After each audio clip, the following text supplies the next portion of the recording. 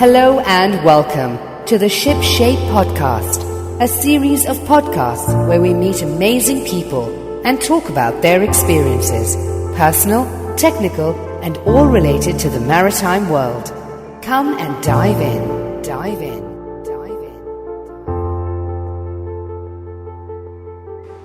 Hey everybody, welcome to the Ship Shape Podcast. This is Talha Bhatti. With me is Farah, and today we have two special guests with us, and they've been all over the world in a sailboat, thousands and thousands of miles, not one sailboat, thousands of sailboats probably as well. Yeah, so we're going to get a better idea of what they've been up to. Jeremy and Matt, welcome to the show. Thanks for being on. Thank you, Talha. Okay, so let's start. Just tell us a little bit about yourselves. You guys have been doing this for a while. I don't even know where to start. Who wants to go first? Go ahead, Matt. All right. Yeah, my name's Jeremy. I was in the Coast Guard for 20 years. Before that, I grew up around water and always enjoyed boats. And then when I retired from the Coast Guard, I thought that I had had enough of working on boats and moved off to Washington State and did a couple different jobs, drove a truck for a little while, and decided I was missing something, and it was boats and being on them near the water. So I got back into it. And then, so now I work at Little Creek Marina after having a few other businesses where I did boat repairs and things like that. And then ran into Matt, met this fine fellow, and started a whole nother chapter of doing boat deliveries and stuff like that. Very cool. And so that's so amazing. You guys met recently. How recently? Oh, what's it been? 3 years now? 3 years now? 3 years. It'll be 3 years and 2 weeks. Oh, that's right. Yeah. Matt's keeping track. I love it. Okay, I Matt, like that. You have a little diary. Thank you so much for both being on the show, though. Matt, tell us about you. I mean, where did all this begin? Tell us all about your life.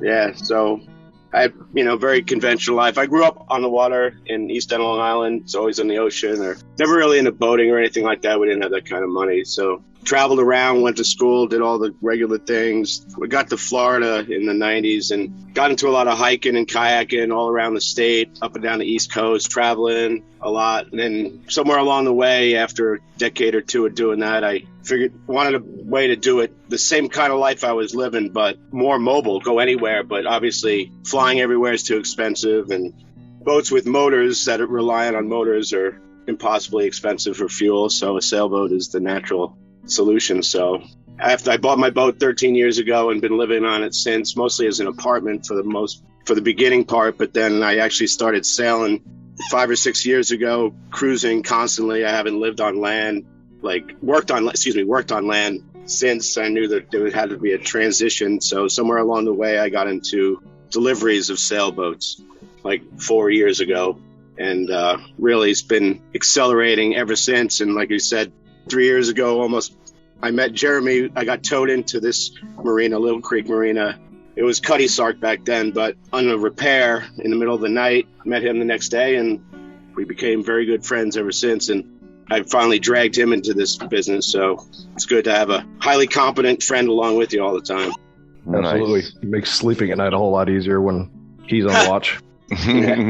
So, What do you mean by the watch? Please explain.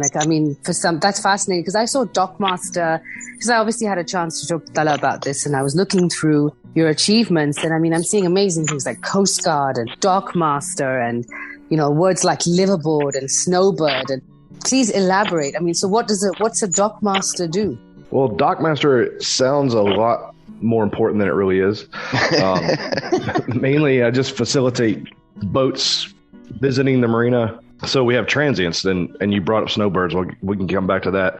A lot of times boats move up and down the coast or across the ocean, and they need a place to stay temporarily. So they transients, and they come in and they'll stay with us.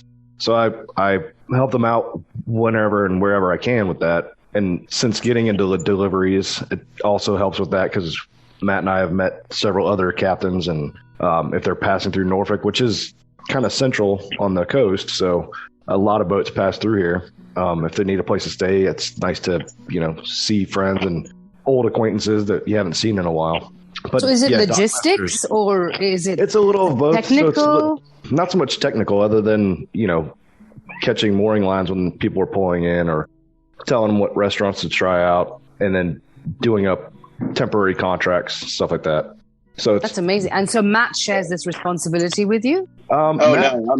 I live at the marina. My boat has lived at the marina now for a little over 2 years, and I'm centered out of here. So besides the friends I've made around here, the logistics of being here is pretty important. I have a very close airport. The weather's very temperate, so my boat's always safe here, and so I can fly out to anywhere for all the jobs I do. And like I said, but I have, the added bonus. This little area here has got a great bunch of friends, and it's a great place to come back to when you've been away for a couple months.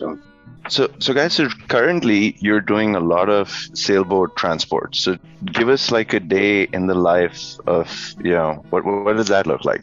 So basically people, easiest example is somebody's got their boat in St. Thomas for the summertime, for the wintertime, and the season's almost over, and they have to, they want the boat back up in New England or wherever they live in the summertime, and they want their boat back up there. So they get a hold of somebody like Jeremy or I, and we get a crew together and we fly in and prepare the boat and inspect the boat and make a course and plot against weather and take the, whatever time it is based on the conditions in the boat and get it to its destination safely. So that's the broad strokes. There's day-to-day stuff that we encounter along the way, and generally it's a crew of 2 to 3. 2 is ideal, just out of cost effect, like each person can make more money effectively, but the problem is people that are competent, that you, like Jeremy said earlier, that you can sleep soundly, you don't have to worry. So we go on watches, the most general is 3 on, 6 off, or if it's Jeremy and I, it's 4 on, 4 off kind of thing. So what does that mean? What does that mean? 4 on, 4 off? 4 hours on watch, where we're solely responsible for the navigation of the boat. That's it. Safety and navigation of the boat. Everybody else is either sleeping, eating, or chilling out, watching a movie or reading or something like that. So when you're not on watch, you're sorry. Go ahead. I said, or fixing things. Well, yeah, that's a whole different aspect. We're constantly, like I say, preparing these boats, but more often than not, fixing these boats and get to know them quite a bit better than even their owners do sometimes. And these are not small boats, right? Yeah, that's what I was just about to ask. Yeah, 40 to 70 foot is generally what we run. That's the average are in the 40s, I guess. And more sailboats?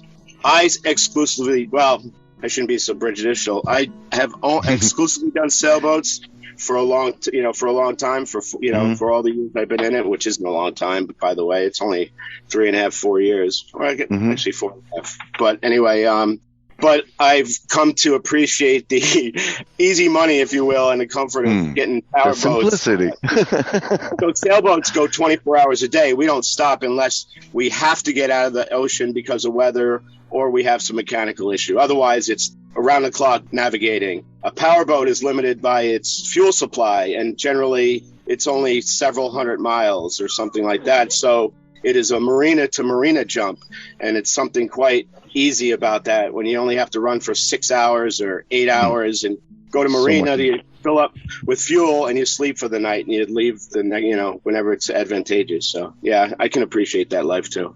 But with the sailboat, it's consistent. I mean, you're just out there, it's you, the water, and it's just, you sleep on the boat, you live on the boat. And when you mean, like, what's the longest that a person could go? I mean, what's the longest sail that you've done?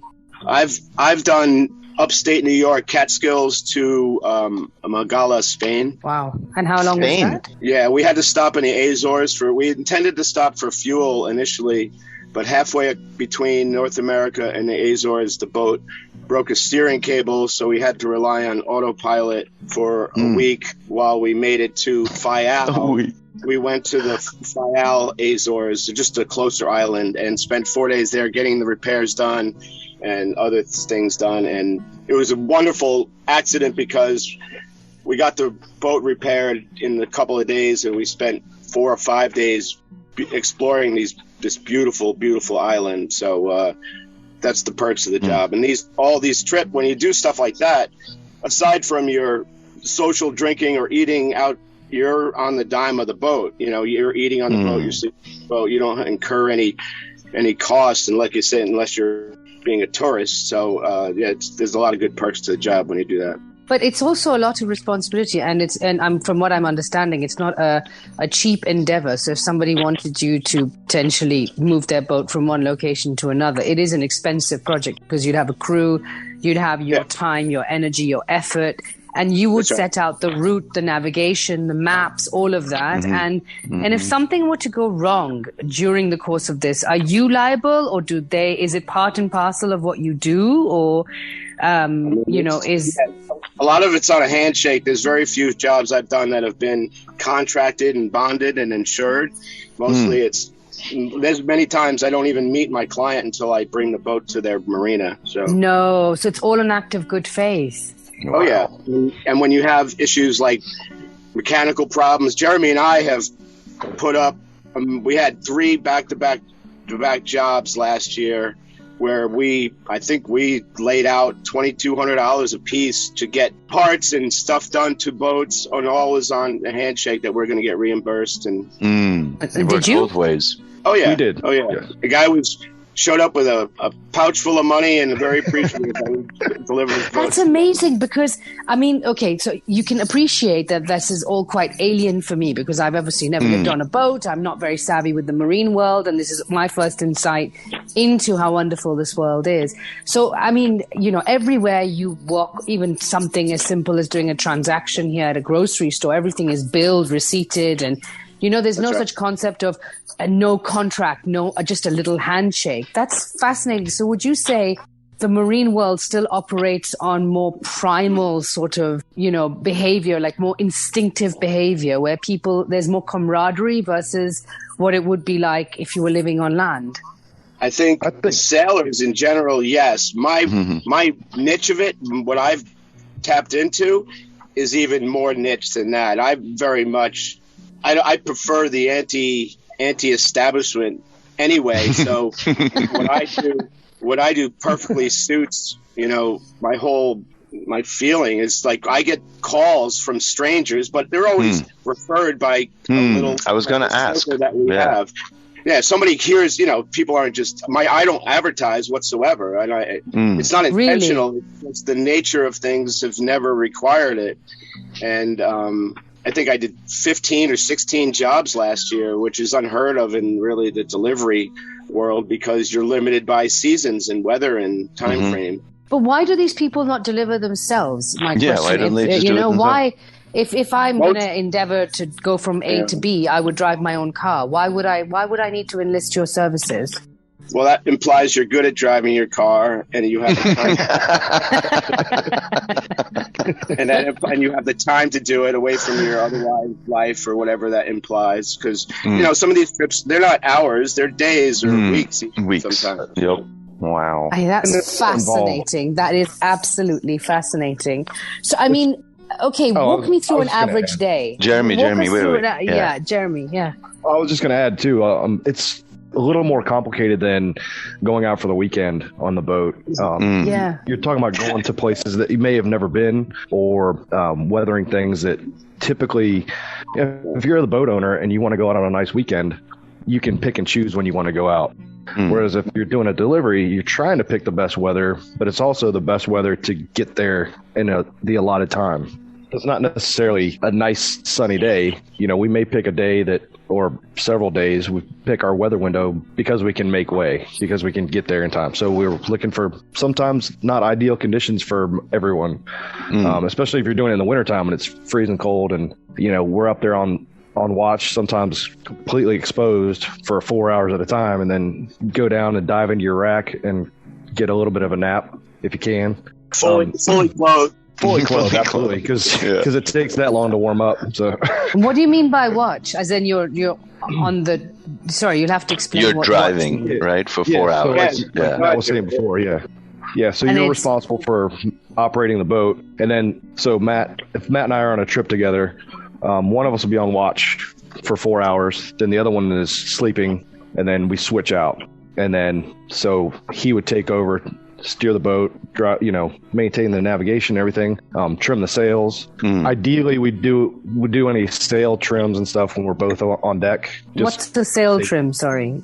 You'll have to explain that to me. So on a sailboat, you have to adjust the sails to fit the wind conditions. So sometimes that means making the sails smaller, so you reef them.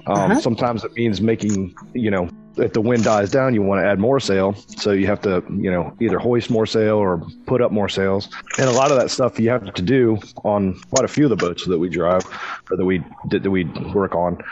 You have to be up on deck, so you're exposed to everything. And, the boat's pitching and rolling, and you're already on a heel. Heel is when you're sort of at an angle, right? Yes, yep, exactly. Okay, so picking up from what you're saying, I mean, obviously on a lovely sunny day when it's about, 30 degrees outside and you're on a gorgeous sailboat, it's obviously no problem to be on watch, as you said. But I mean, you guys are doing this in extreme conditions as well. And it's technically a job, right? It's a job at the end of the day. It may be a lovely job because you're enjoying it, but it's still a job. So to somebody who is coming in for the first time to the marine world, do you need any credentials, like a license, or do you need a resume to actually get into this? When you're picking your crew, say, for example, I was to come up and just say, I want to join you, Jeremy and Matt.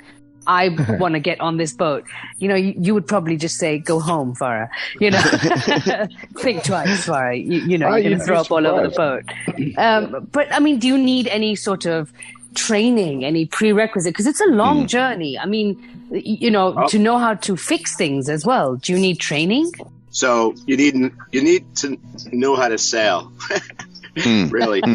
But Matt, like you said, you just picked that up, right? But I've sailed with many, many people that day sail, think they know how to sail or regatta sail, but the reality of sailing for 24 hours at a time and it's different. That's different. Having that very short sleep cycle, living on a heel, like living on an angle all the time, sometimes extreme, sometimes you're physically fighting the gravity of the angle of the boat just to navigate through the boat and cook and go to the bathroom and sleep and change your clothes, anything like that. It's actually physical work if it's stormy or it's rough conditions or adverse conditions. Well, how extreme is the angle? I've been in boats where it can be well over 20 degrees a heel and blowing.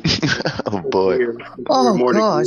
So, that last one that you and I did together was a pretty snotty trip. Oddly, that was probably one of the worst, huh? We were in this little tiny Catalina, kind of a soft little day sailing boat, and we had some 30, 40 knot winds in the upper Chesapeake near Baltimore, and that we couldn't reduce sails enough for that poor little boat. We had lost the engine. We had blown a high pressure fuel pump the day before, so we were able to sail up. What did we sail? About 100 miles or sail about 80 miles? It was about 100. Yeah.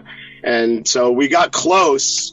We got within 14 miles of our destination, and there was a whole bunch of reasons that we couldn't get closer, but we hid behind this island as best we could, and finally a tow service came out and got us hooked up and brought us the rest of the way in. But that poor little boat was heeled over. It's like 30. That boat was probably 30 or more degrees. That thing, that poor little boat was getting beat up.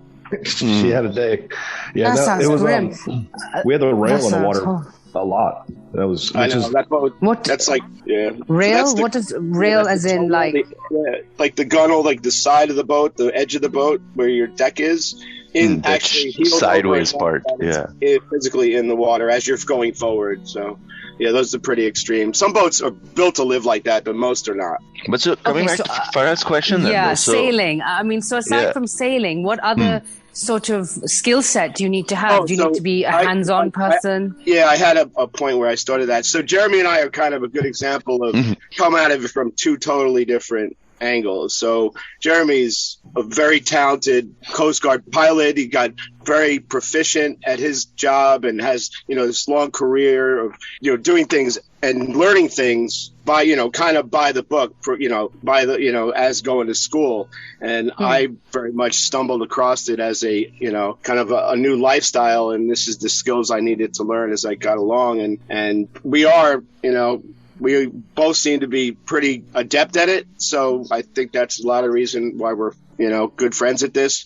But so I very much learned on the job, so to speak. And, I seem to get it, and it's being able to live with discomfort, and the people that I work best with are very even when things are going sideways. and Jeremy and I have had many thousands of miles of experience where things have gone sideways. So it's comforting when you got somebody with you that does that. But other than that, some jobs require a captain's license, which either of us could obtain because of our experience and our miles. We chose not to for different reasons, but most jobs don't require them. Again, they're pretty much handshake and word of mouth and trustworthy. In the last 3.5 years, I've done close to nearing 40,000 miles. So just the constant work. Some people sail but then stop for many years, and that might be enough to keep you out of your prime, kind of keep you on your sharpest behavior. So what advice would you give to somebody who is interested in getting into the marine world? I mean, into sailboat delivery. Into the sailboat delivery world. I mean, what if somebody turned around and just said, "Oh, Matt, Jeremy, you've got experience. I'd love to do this." What kind of advice would you impart to them on how they would get embroiled in this? Oh, the first interview would be to come sail with one of us. It's easy. I like that. Can you sail? Oh, we get it all the time. We get people, hear what we do and are, eager to give name and number. And anytime you need a hand, and I've met 1,000 people who want to do that, and I think I've called one. Unfortunately, it worked out. So yeah, well, you get many of those that are you either know you don't want to spend time with them on a boat thousands of miles from land, and several days or weeks away from anyone else, or they just don't have the skill set to do that job. It's not for everyone. It's not. No, I wouldn't assume it's for everyone, given the fact that, as you said, it's lack of sleep and it's hard conditions. I mean, it's jokes aside. It sounds like so many things go wrong in the ocean, and you have to keep a really calm head. Whatever kind of situation you're in, it could be a short trip, big trip, whatever trip. You've got to keep a very cool, calm head. And it also seems like you need to be very savvy with your hands in terms of you just can't sit and say, "I'm not going to bother fixing this. I don't know what to do," and put your hands up and cry. Yeah. We have there's no one there. A very generic line. We figure it out. You hear something, you hear a commotion, something's going on. What happened? This is what happened. Okay. Figure it out, And the living conditions as well, Matt and Jeremy, correct me if I'm wrong. I mean, I was just talking for obviously to our listeners who obviously can't see Matt and Jeremy, but I was talking to them on camera a few minutes ago, and I was noticing amazing things in Matt's boat, like hammocks for fresh food, and how it keeps the air circulating. And these are really important things that people miss. You just assume living on a boat's like living in land. It's not the same thing. You've got, if you're on a boat for weeks on end, you don't have access to fresh groceries, or you just can't pop into a shop and just get some fresh oranges. It's tough. It is uncomfortable. Even if you want to get off, you just can't get off. You're on a job. Yeah. That's right. I mean, but that's one side, but then some of the boats these guys go out on, their palaces on the water. Really? Some of them are absolutely beautiful. Yeah. Yeah. So Amelia and I both live on. Do they have Matt crew? and I both live on. No, we are the crew. We are the crew.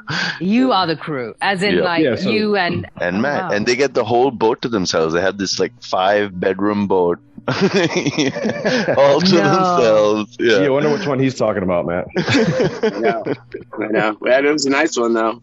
Yeah. What, like with a fully stocked kitchen, and you can access their rooms and just it's a lap of luxury. Part of the expenditures of a delivery is a generic rule of thumb is $25 a person a day for food. So if I'm captain, I have that budget for myself and every crew member to go buy provisions. And then it is literally, I take requests. I want people to eat what they want to eat. Their comfort. I don't care if it's mac and cheese every day. I want them to eat what they want to eat, what they usually eat. If they want Cheerios and almond milk or whatever they eat, I don't care. I get it for them because that's if they're all vegan. That's what you get them. That's just how it goes. So it's like per diems, right? It's per diems. That's right. Like 25 per diems a day. Mm-hmm. Yeah, I've worked jobs where I wasn't the captain and I'm with a owner captain, and they are far more luxurious than that. And I've seen the food they get is just extravagant. And I'm not saying no, so I join in the fun.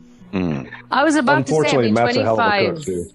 Yeah, I was about to say 25 is a bit low. I mean, if you're doing breakfast, lunch, and dinner, it's normally roughly now the new rates are 35. If you do the multiples, say you have 4 people, that's $100 a day. So that for 4 meals for 4 people, you can really do, and you're buying grocery store, you're not eating out. So it's, you're buying slabs of meat and, lots of bulk chicken, big long trips. You're buying produce, lots of produce. I've had a crew of 3. We spent like $1,200 for a 7-day trip, and that was pretty healthy. And you always buy more than you actually need. So. Yeah, and we still eat really well. No, we always. And not every job is amazing. like that. Some of them, you may get out there and nobody's going to cook because it's like. Yeah, only a couple people are equipped to cook at a heel. Like, Absolutely. I'll cook. Jeremy and I cook pretty much in all conditions, but it's not pleasant. You got to be in a mood for it and be willing to put in the hours worth of prep and cook and clean up to do it. But to me, eating hot meals when it's crappy out is worth it because it's morale boosting. And not only what your body needs, but keeps your brain right, keeps you motivated. So. This show was sponsored by MITA, the Marine Industry Digital Agency. We know a lot about the marine industry. Whether it be service, sales, repairs, we have it covered. Right. How are we going to help you? Easy. We are MITA, the Marine Industry Digital Agency. Our marine knowledge, whether it's basic web development, adding video, sprucing up that tired website, new feature or app created for your customers' phones, we have it covered. Traditional marketing, advertising, or PR companies don't know anything about the marine industry, but we do. Check us out at www.mida.pro or drop us an email at info@mida.pro. Let's discuss how we can improve your brand, increase your sales, and take you to that next level.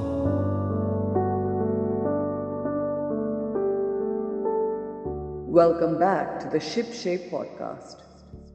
So I'm sorry. I know this. I'm dwelling on this, but I just am fascinated by the fact that you're saying you're cooking while you're on a heel. I mean, so what kind of situation would you face? Would everything just be tilting, flying to one side? Everything's just difficult. The stoves are gimbaled, so they tip with the movement of the boat, so they stay relatively level. But when you're frying things and boiling large pots of water, it gets a little chaotic. Precarious, yeah. Yeah, they swing in little chaotic ways, so you do have to be quite careful. But there's some people. I watched a client I had. It was a husband and wife and their 2 kids, and I took them into the Bahamas. And the husband had sailed. They had this great dream. They sold everything and they're moving onto his catamaran. And I sailed with them for 2 weeks to bring them there and then teach them as we went and evaluate them as they went. And it was very she was afraid of little boat wakes the first day, and by 2 weeks in, her son had caught a 20-pound mahi and she's frying it while we're doing 7 knots and all overpowered and that's amazing. Had the pose going on and everything, and she was handling it, and I love it. It was a cool transition. So yeah, so that's quick. So 2 weeks. Is this very male dominated though? I mean, I have to ask. Would you say it's a very male dominated, niche market that you work in? The work of the life. I mean, yes, in general. The work, I mean, yes, in both. general, but yes, in general, more so the delivery than the life. The life, there's plenty of women that live on sailboats and handle sailboats, and I've sailed with a bunch of young women that are super talented.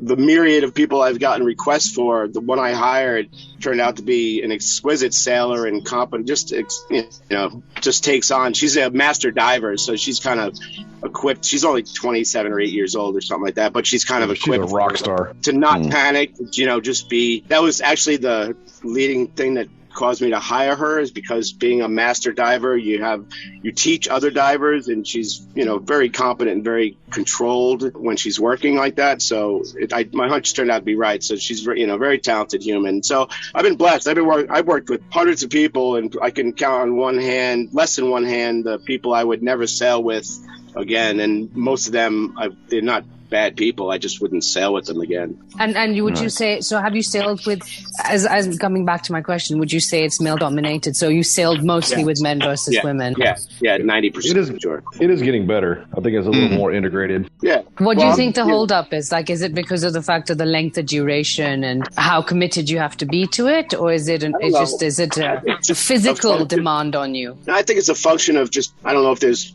how many willing candidates there are for this job in general, let alone for a woman to do it. And the niche is so small, and all the women I've met this past year especially have been in their 20s and early 30s, and so looking for a new way. The whole, young people living on sailboats probably in these numbers is probably a new thing and increasing as well. So would you say that's a new trend now? Yeah, I think so. And it's certainly, all these COVID years have moved people into sailboat and trailers and all these things, even at a bigger pace. So it's just probably more noticeable. And I'll say, we talk about this. This is such a niche thing, what we do. I mean, there can't be but a few hundred people or 1,000 at the most in the whole Atlantic basin that even do this to any great extent. So, and we're not, there's companies that do this. They're, delivery crews, and they're all very licensed and very credentialed and charge a whole bunch of money and have a whole lot of paperwork. And then there's us. So.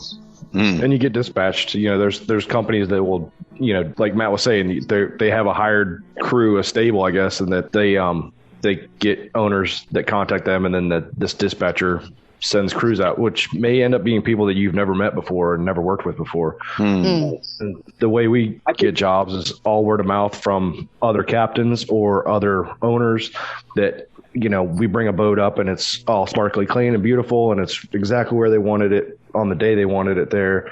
And, their neighbor at the marina asks them how, who we are, because we kind of look like pirates, and so when we pull in, it's a little bit shocking sometimes when we're on $1.5 million boat. We pull it in, they're like, okay, what is this about? So people ask questions, and that's how we get more work. Just all word of mouth. It's all word of mouth promotion. That's how your business is. It is. Is thriving. We're pretty damn good at what we do. So that makes a lot more word.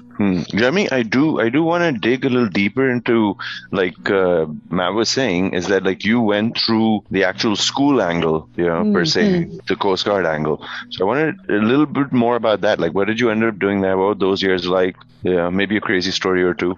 So it's when I was in the Coast Guard, actually, I didn't really tell many people that I could sail, just because it's very powerboat dominant. True. You don't have and there was this kind of general opinion, I think, too, that sailboats are a problem. Not a problem, but I guess a lot of my guys I work with would have. They're the ones who always needed rescuing, right? Yeah, exactly. And, because we're out there thousands of miles from shore, and something happens. Well, at least we have somebody that's out there that can come to the rescue, I guess. But so I never really told anybody, and I grew up. My dad had a small sailboat, and so I learned it there. And like we had talked about before, kind of a perishable skill. So a few years ago, we bought a boat and started sailing again. And then shortly after that, I met Matt, and I think he and I did, 1,500 miles just in the lower bay doing just day trips. Oh, we did way more than that. Between you and I both, we did like 1,800 or more miles just at a 4-month period.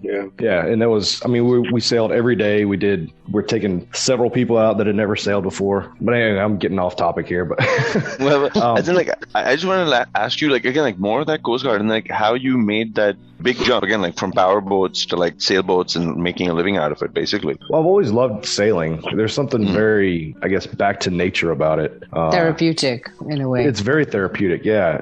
Some people go to the beach and kind of find their zen. For myself, certainly, and I'm pretty sure Matt too, sailing, when you're on a perfect sail that's just, a beautiful day, that really kind of recharges the batteries of your soul, I guess. I don't even need a perfect sail. Just the moment you put the sails up and you kill that motor. Everything goes away. Everything melts away. Right? All land, all your nonsense, all the realities of the day, all the drama. Gone. Yeah, it's just clarity. At that point, you just find clarity. Simplicity. Exactly.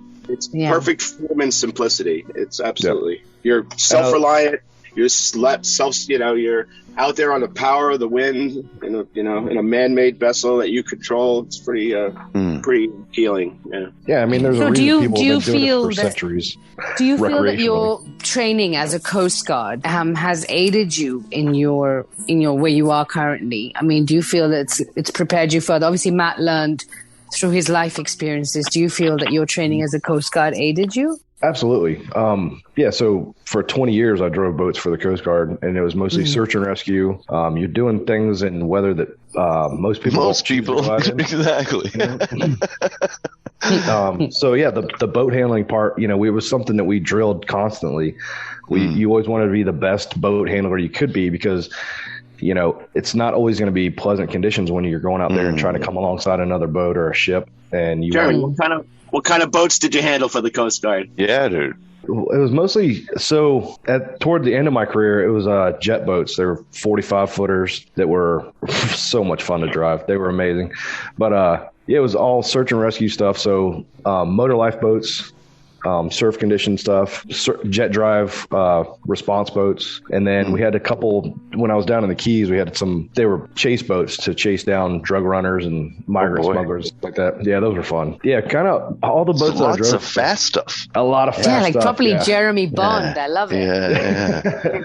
Then they even let me drive a couple of the bigger boats, some of the ships, and that was fun. But so, yeah, that really honed skills as far as boat handling and stuff like that goes. And monitoring weather, looking for things and actually a lot of that I've also learned from Matt, looking at different things, and he and I will sit down and compare a weather forecast and kind of compare notes and figure out what's the best, because we look at it kind of from different angles. I'm looking at it as far as like, all right, what do we have for sea state and wind, and he's kind of looking at it as what, maybe how many miles we can cover, and also what kind of wind we're going to have.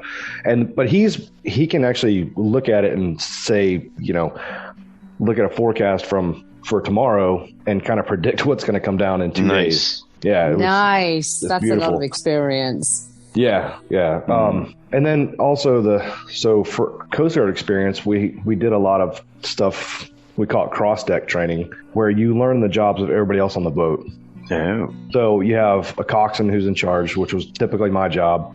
You have crew members, and then you have engineers. And the engineers are typically responsible for the power plants, all the engineering basically on the boat.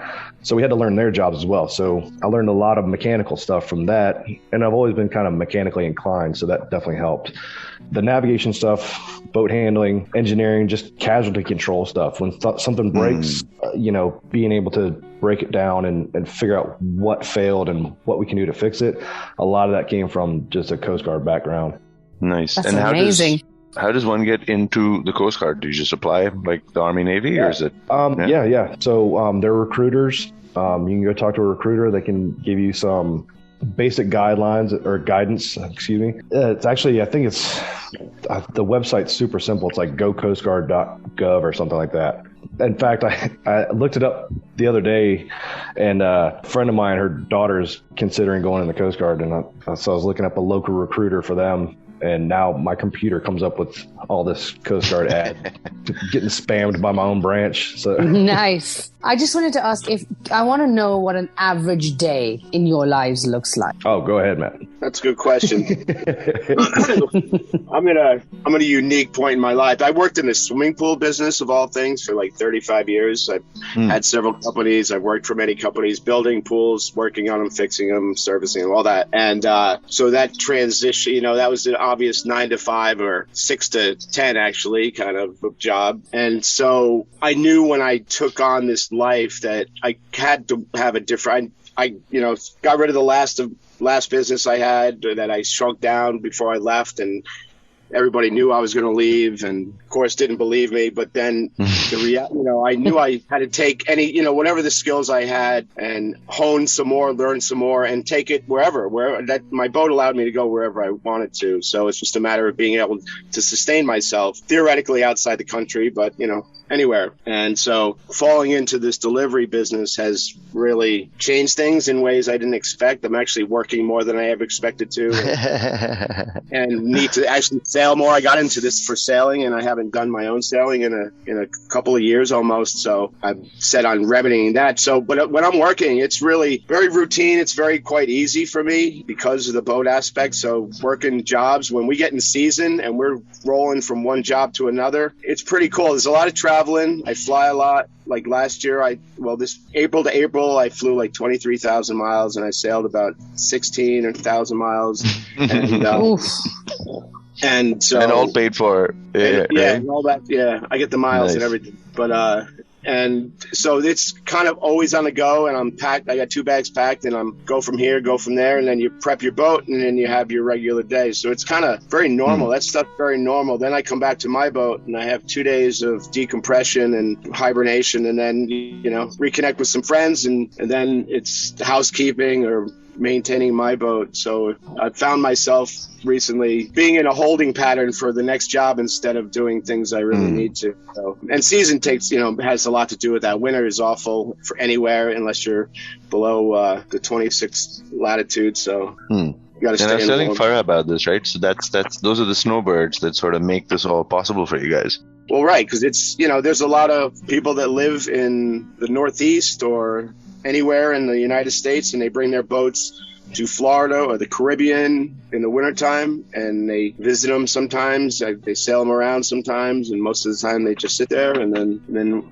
we get calls to bring them north for the summertime and bring them south in the wintertime. And that's typically, last year there was a bunch of new boat owners or new sailboat owners. So Jeremy and I delivered a couple of boats. People had bought them in Florida, so we fly down, they fly us in, and then we assess the boat and prepare it for a voyage and deliver it as fast as we can. So it's like contract work. It's contract work, but Very much big work, very good. Yeah, but it's contractual. But at the same time, I mean, it's you got down days, up days. It's not like you're in a solid 9 to 5, but it's when you are in the work, it's intense. It's not exactly easy. It's 24 and you have to hours build. almost. Yeah, you have to build up your energy into it. So I would say, it's not for the faint-hearted.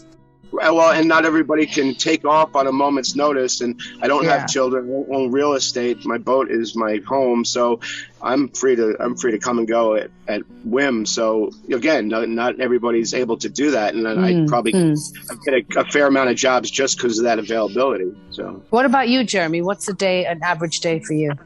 So ideally, it's on a boat, but if I'm doing the marina thing, so I'm more or less part time at the marina, and they fortunately give me the flexibility, like Matt said, to kind of take off on a whim and do deliveries, and it may be gone for a month or 2 months, and then come back, and it's like I was, everything's still there, everything's still okay, and then fix the stuff that was broken while I was gone.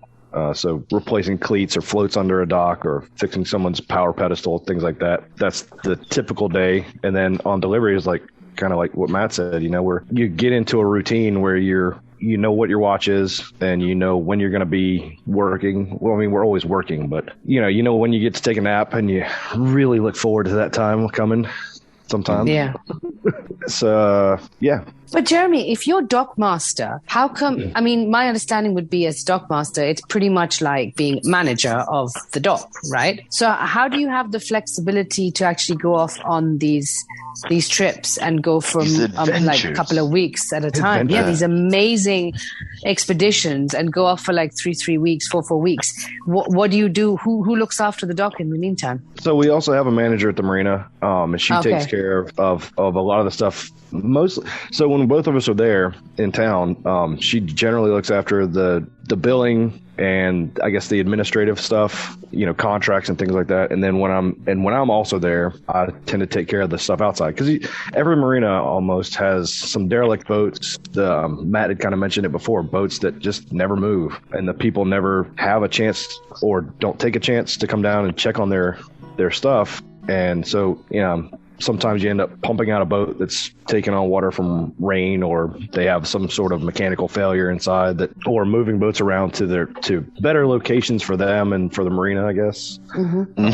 Because you have, and Tala knows this very well, because initially when he came down, a little sidebar there, he came down for a month and then extended another month and then extended another month and then. So it's kind of, Little Creek.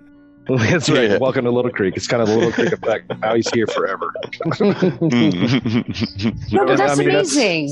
That's amazing. So, your manager. So if say there's a problem, right? Because you're a dock master, how does she get in touch with you?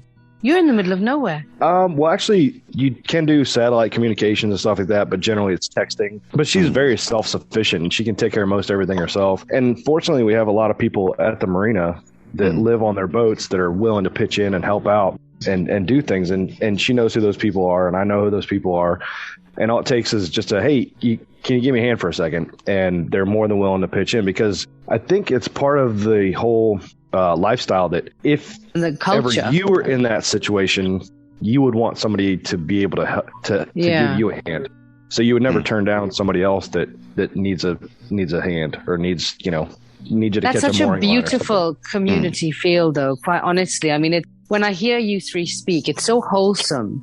And in a lot of ways, it's very pure, because, you're not infiltrated. You're out in the ocean. You don't really have, the world we live in right now is infiltrated with social media. You've got, as we were just talking about, podcasts and Instagram and, and Facebook. And it's like there's an explosion of content. And, you would assume you'd be in your 4-hour nap. You'd be sitting and watching, I don't know, the latest drama or sitcom. But instead, you're getting that quality time. You're at one with the ocean, and then you're around people. And these people that are around you, even though they're docked at the marina, they're so invested in their community around them that everybody's helping each other and being there for each other, which is really rare. It is. I agree. And honestly, my favorite part of every trip is when I get far enough offshore that my phone doesn't get signal anymore. And I can guilt-free set it to airplane mode and not hear from anybody for a couple days, So in terms of are all marina, I mean, you guys have obviously traveled far and wide. Do you find this similar attitude in other docks or marinas, or is it not the same kind of community feel, or is it like a feeling that's prevalent all over? I think it's kind of a mix. You have some, the good ones kind of have that community feel. Depends on the scale and the types of, if there's a lot of sailboats or a lot of power boats, or I think anyway. It also depends location and where and how new or how old. Like some of the marinas I've been to where the same people have been around for 10 years, super community. Some of the ones that just got built, the community hasn't started yet per se. Yeah. Well, in general too, we're sort of hesitant, I guess, to really, you will talk to anyone, but to let somebody come in and I don't know, it's a quick judge of character, I think. Sometimes you can, Matt toured a boat today, that beautiful boat, and normal circumstances, you're basically walking into someone's house, and how many people would actually just let essentially a stranger into their house? And I think it comes down to that whole kind of community that when you pull into a marina, you definitely get a feel whether or not you're welcomed, or if you're just kind of passing through and nobody's going to kind of help you out, I guess. It's amazing. That is just, I find this all quite fascinating when I speak to you about your experiences on the boat. So, okay, guys, so we're almost getting to the end of the show. Maybe on our way out, last few questions, maybe each of you could just leave us with, your most memorable sort of ocean marine memory that you guys have made, in the last few years, perhaps. Going to the Azores on my trip to Spain, going to Fayal, the island of Fayal, the port of Horta, was pretty impressive. And then just recently taking a boat from Mobile, Alabama to Havana, Cuba. So there was a lot involved in both of those trips, far beyond that, that generic answer. But yeah, those are exceptional memories that I'll have for a lifetime. And I'm going to have a tough time topping both of them. But what about them made them special? Azores was a unexpected, beautiful stop in a place where we encountered some hardship, and I made a bunch of tremendous friends. And the wildlife we saw, we always see, big trips. If you're out there long enough, you're going to see whales, you're going to see dolphins. Really? You're going to see birds farther away from land than you can even figure out why they're out there. But they're happily living on the water, and it exploring the ocean. And then Cuba was a special. The Cuba trip was special for a number of reasons. Not only going to that island, but I traveled with a man I had known for a few years through a friend and never actually got to sail with him. I actually had a beer with him the first time just about 8 months ago in Charleston. And we encountered so much and overcame so much with the boat and with the clientele and with the circumstances, and wound up in this place and being so satisfied on what we had overcome and accomplished in just 5 days of work and 4 days of sailing. And then we got to enjoy it for a couple of days in a place neither of us had ever been. So that was personally satisfying, professionally satisfying. So that was a really good one. Yeah. Nice. There's 100 stories in that trip alone. Yeah, I imagine. Right? I think we need another show for that one. I'm intrigued. Oh my God. Okay. Well, And I think you need Jeremy? 2 shows for that one. Yeah, 2 shows. No, actually, I think it kind of ties in the whole marina community and lifestyle. The one that comes to my mind is the day Matt and I met. It's like he had said before. Yeah. Well, it was pretty special, you know. Yeah. Well, oh my remember, God, I got dropped off there at 3 o'clock in the morning the night before. So yeah. So we're neighbors now. So our boats are beside each other in the marina, centrally located, so all of our friends can be around us, which is good and bad. So I was on kind of the end of this dock, and Matt and the guy he was sailing with, the owner of the boat, they get towed in middle of the night. So I kind of wake up and I'm like, all right, well, that's a cool boat down there. And I already had friends coming down. So I take about 10 people out sailing for a day trip. Mike and Matt see what's going on. They're like, oh, okay, this is interesting. And so when we pull back in that afternoon, Matt comes down and he's helping handle lines and stuff like that. And we'll leave some of that out, I think.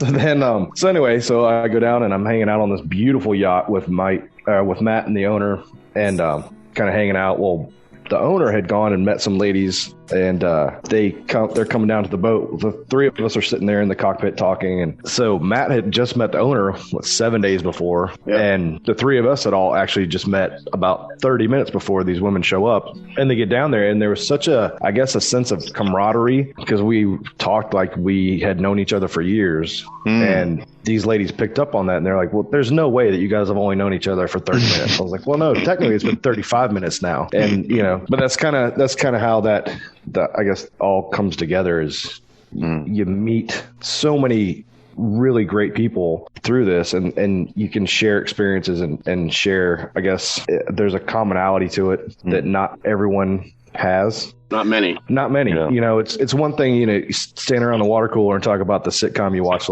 the night before, but doing something like, even something as simple as just sailing, not everybody has done that. And so that was, I guess, kind of highlighted to me that how quickly you can become friends or get to know someone. Nice. Oh, that's wonderful. You almost have to make character judgments kind of quickly. Yeah. Especially if you're going to be working with them, and when you're fortunate to pick your crew. That's all. That's the best part. I've been fortunate to have been able to pick my crew exclusively. So, like after that time, you know, when Jeremy and I met, we become friends for sure. And then we spent last summer, like he had mentioned earlier, sailing a great deal. So our trust in each other definitely built, and I quickly learned that I needed to have him work with me, because I knew he was very good at what he was doing. His temperament was exactly right, and he's an exquisite pilot. He's the best pilot I've ever met, and he can put his hands on nearly any boat I've seen him and quickly learn how to control it like he's been on it for a while. So bringing those skills, him and I, along with other skills, and a strategic third person every now and then, we've had the pleasure of doing a lot of great trips together and overcoming a lot of great stuff. So it's definitely a privilege. That's amazing.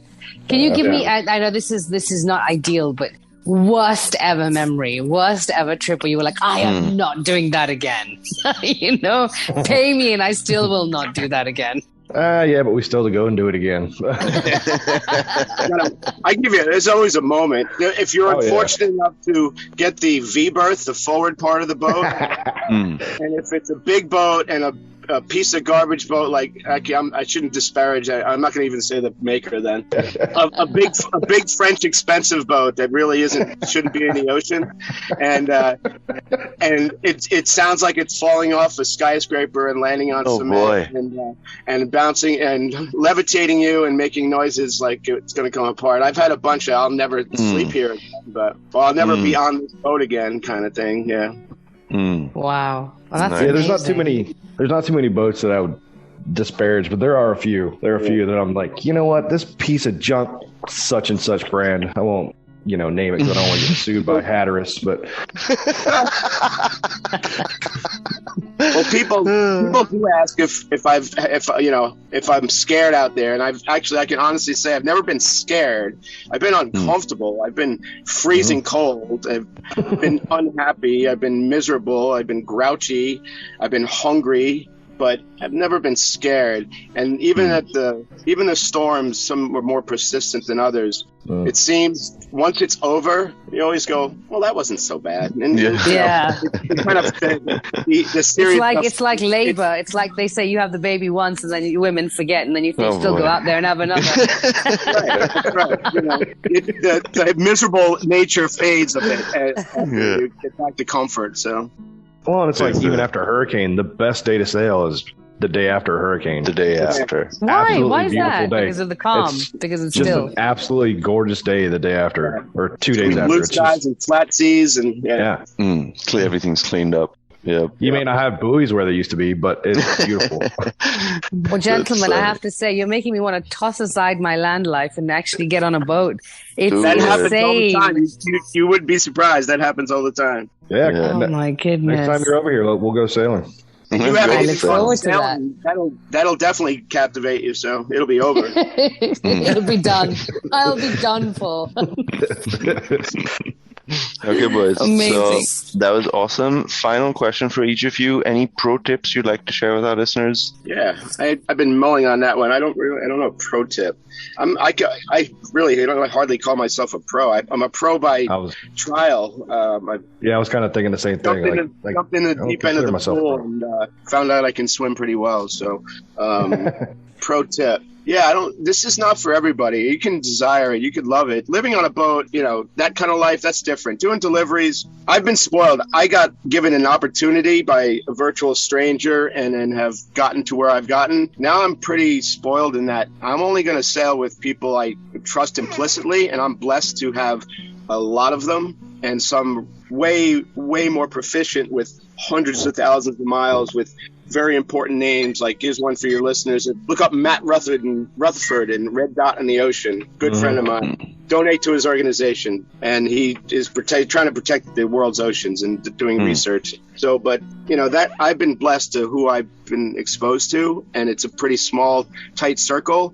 And not surprisingly, I guess, they're all, we're linked, it's not 6 degrees of separation. It's like a half a degree of separation. Yeah. So if you love it, you're going to wind up in it. It's really, there's no pro tip, I can give you pro tips about, gear or something like that maybe, but I don't know. Like, the life it's a weird life. And we talked about being on the water. I've never been in a more peaceful, content place in my life than being on a sailboat in the middle of the ocean. And there's nothing, there can't be anything on this planet in this life that could be better than it. It can't be, because it's the greatest thing I've ever encountered. So that is amazing. Yeah, it's beautiful. Nice. Okay, Jeremy, a top tip? Any pro tips? No, I kind of like where Matt went with that. He, and honestly, I got into this whole thing kind of riding his coattails, and he had a lot of contacts that, I guess, if I had a pro tip, I would say do some research on it, see if it's something you're actually going to want to do, and try it for a short term. Whether it's live aboard, getting used to minimalist type things, because you don't have room for everything you own in your house, except for maybe in Talha's case, but that's it's exceptional. Cramped showers are the normal. If you like being uncomfortable and cold, well, seek psychiatric help and then go sailing. but where there's a will, there's a way as well, right? Right. That's true. That's absolutely true. And lots of people will sort of upgrade. They'll get the first boat. They'll be like, oh boy, I need a bigger boat. Yeah. Oh, everyone upgrades. Oh, absolutely. Right? Yeah, whether it's a bigger boat or I'm currently looking for my bigger boat. So and it may, and upgrades don't necessarily have to be a bigger boat. It may just be a boat that's better tailored to you and what you prefer to do. You like to do protected bay sailing but go fast, or a lighter boat will be the way to look. If you want a heavy all-weather boat but don't care about going fast, or then choose your life at 4 knots and look for that kind of upgrade. Nice. Yeah, That's bigger isn't always amazing. better. No. Final question from me is have you guys already, what's your dream gig, and has it already happened, or what would it be? I don't know. I think I'd like to keep the options open for, I was in the Coast Guard for 20 years and thought I was kind of exposed to every sort and intricacy of every maritime industry, but I had no idea about boat deliveries, let alone sailboat deliveries. I knew people went up and down the coast in snowbirds, but I had no idea that there was you could make it a job to drive other people's boats. And get paid for it, right? And get paid for it, yes. And not paid shabbily. But, you got to remember, too, that if you're looking at just dollar amounts, but you got to understand that we're putting our lives out there in the ocean. And we don't know the condition of your boat. How many times have we gotten on a boat, Matt, where we had to fix more stuff just to be able to leave? 100% of the time. Yeah. Okay, so Jeremy's keeping his options open. He's like, dream gig hasn't even happened yet. That's right. That's Okay. right. Yeah, I mean, in the delivery business, there's only Pacific is the next. I want to get gigs in the Pacific Ocean, and a rather easy leg, not easy, but a conditions-wise, a fast, benign leg is Southern California or Mexico to Hawaii. It's like a month, like 3,000 miles, and it's trade winds traveling. So you're with the normal currents, wind currents, the traditional pattern. So it's pretty consistent sails, pretty benign in that respect. Time-wise, no, but conditions-wise, it isn't usually unexpected stuff. And then other than that, there's just a lot of solo sailing I've still yet to do. Before I get my next boat, probably, I have a 31-foot Valaton right now. It's rather small inside, but it's a very stout blue water boat. And I initially intended on the big dream of sailing it around the world, but more realistically and time-wise, I want to sail this one around the Atlantic. So here to the Azores, to the Canaries, to the Verdes, and to the Caribbean. And that generally takes about 2 years to do if you want to enjoy where you go. So nice. That's still very much on the list and will probably happen rather soon. So I love it. The man with the plan. Okay. There's a lot of plans. We'll see. We just head forward and see which plan, which path lays out in front of us, really is what it is. And firm believer in once, you kind of put your mind to something and you really kind of, the cliche will manifest it, but, manifest it, yeah. It very much is, if you're focused on it and you're moving toward it, and I don't care how organized you are about it, if you're consistently dwelling on something and working toward it and learning about it and it's either, if it's meant to be, it's going to happen. And this is very much how my life is fallen out. I did not seek out deliveries. I was given the opportunity to do a delivery, and I've just followed the path that's laid out, and it's just gotten increasingly more adventurous and pretty wild. So I'm not looking to get off it anytime soon, but I'm definitely learning to regulate it and enjoy why I'm out here and not just be it my next career. I've never lived on less, and I've never been happier, but I certainly don't want to get stuck in the same routine of just working, no matter if it's for myself. Nice. It's such an interesting perspective. Thank you very much, both of you. Yeah, pleasure. Thank you. It's been an absolute pleasure having a chance to speak to both of you. Yeah, it's been interesting. I like to tell stories about what we do. We have very blessed lives, or I do. Absolutely. So definitely willing to share it. Okay, so where can people find you if they were looking for you? Maybe they get their boat delivered. I'm on Instagram at Shortbus Life at 4 knots. Shortbus Life at 4 knots, and on Facebook is just Matt Ottman, and you'll see me jumping off a ghost ship in the Turks and Caicos. So. Woo. Nice. Yeah, from the top. From the top. Yeah. What into about 7 you, feet of Jeremy? water. Where could we find you? I'm on Facebook also, Jeremy Goolsby, and Instagram. I think it's just J Goolsby, easiest place. Or feel free to call Little Creek Marina. And you're happy to hear from everybody, just, as long as, and you're open, you're receptive to people contacting you. Oh, yes. My social is all public. I only put up sunsets and sailing and nonsense. Nothing serious. It's all very much enjoyment. So Excellent. Well, thank you so much. We can share Karma's Facebook page too. Yeah, please do. Oh, yeah. And Karma is your sailboat, right? Yeah, Karma is my boat, right next door to Matt's short bus, and it's SV Karma is the Facebook page. And if you go there, you can get a nice sort of slice of what to expect. Yeah, a little bit. Right? Day sales, yeah. Day sales, yeah. Day sales, and I think I edited out all the nudity on those. So. Hey, we're coming into season. Time to go sailing again. I know, man. I know. Been too Awesome, cold, too boys. long. Too cold, too long. It's cold today. I got my heater. I had my heater on this morning. This is nonsense. Yeah, it's kind of ridiculous. Okay, boys. Let's call it a wrap. Thank you. And Thank I you all really so much. appreciate your time, and thank you so much. Seriously. So if you want to check out more about Matt and Jeremy, we've shared their details with you. Check out the boat. Check out SV Karma, is it? Yes. That's going to be my new boat. I'm going to nick from Jeremy. No, but it's an absolute pleasure. And we look forward to maybe having you again. It would be lovely to see what beautiful new adventures you go on in the months to come. And thank you so much for giving us so much of your time and sharing your wonderful experiences. Thanks very much for having us. Fun. Yeah, thank you very much. guys. Take care. All right, guys. Peace, y'all.